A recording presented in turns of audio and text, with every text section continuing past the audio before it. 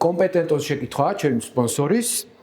როგორ ხდება ძაღლის დაინფიცირება სარკოპტოზით? კეცით, ჩხილებში უწევი. აუცილებელია თუ არა პირდაპირი კონტაქტი დაავადებულ ცხოველთან, თუ ერთ სივრცეში გასეირნებად საკმარისია. სარკოპტოზი არის კიპა, თვალით უხილავი კიპა, რომელიც მიკროსკოპით არის ხილული, ჩვენ თვალით ვერ დავინახავთ. მისი აღმოჩენა ხდება კანის ნაცხში, საჭირო არის გადაპარაზიტული საშუალებებით დამუშავება, უნდა მოხდეს რეგულარულად, რომ არ გადაიდოს მაგალითად ცხოველს და კიდევ არ შეუტრიალოს და არ დაემართოს. დაავადებას და გადადებას რაც შეეხება, გადადის ერთი ცხოველიდან კონტაქტით მეორეზე. შემდგომ კონდეს შენ ძაღლს ერთმანეთთან ითამაშენ, კონდეთ ახალ კონტაქტი ერთი ჯამიდან ჭამონ, ერთ საწოლში დაწვნენ, იმის ალბათობა რომ გადაიდოს არის საკმაოდ მაღალი. მაგრამ თუ კონტაქტი არ ექნებათ უშუალოდ მაგალითად ერთ სივრცეში პარკში ერთად გავასეირნებთ. თეორიულად თქმა უნდა შესაძლებელი რომ გადაიდოს, მაგრამ მინიმალური არის დაყვანილი იმის ალბათობა, რომ ეგრე თუ ეხა ცხოველი არ შეხვდა და რაღაც ან ითამაშეს, ან კანი კანს არ შეეხო, პეწს არ შეეხო რომ გადაიდოს, მინიმალური არის დაყვანილი მაგის ალბათობა.